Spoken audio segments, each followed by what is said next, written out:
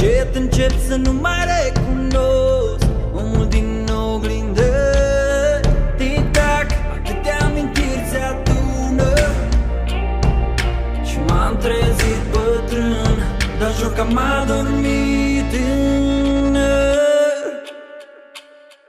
Cât de clar îmi amintesc, cât de mult visam să cresc. Acum nu mulțumesc, vreau să mai copilăresc măcar o zi.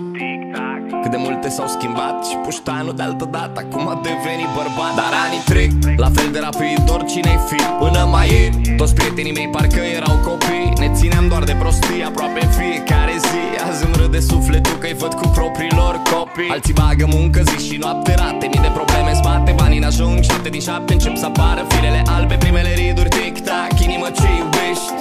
Dulce copilărie, astăzi unde ești? Tic-tac, ani trec, ne schimbă. Încet încep să nu mai recunosc omul din oglindă. Tic-tac, atâtea amintiri se adună și m-am trezit bătrân, dar jur că m-a dormit tânăr. Tic-tac, cineva să-l oprească. Tic-tac, cineva să-l oprească. Tic-tac, cineva să-l oprească.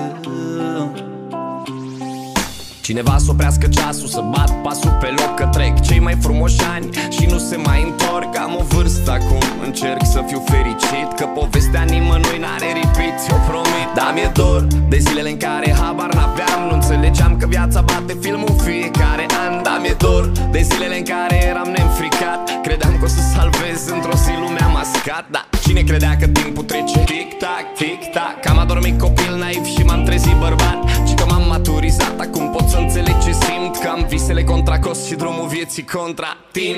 Tic-tac, ani trec, ne schimbă.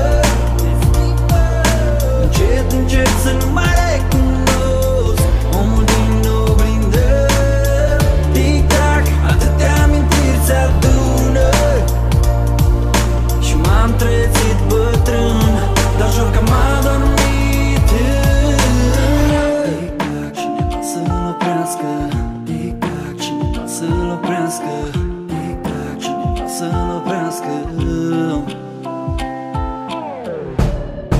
Anii trec și ei ne schimbă. Anii trec și ei ne schimbă.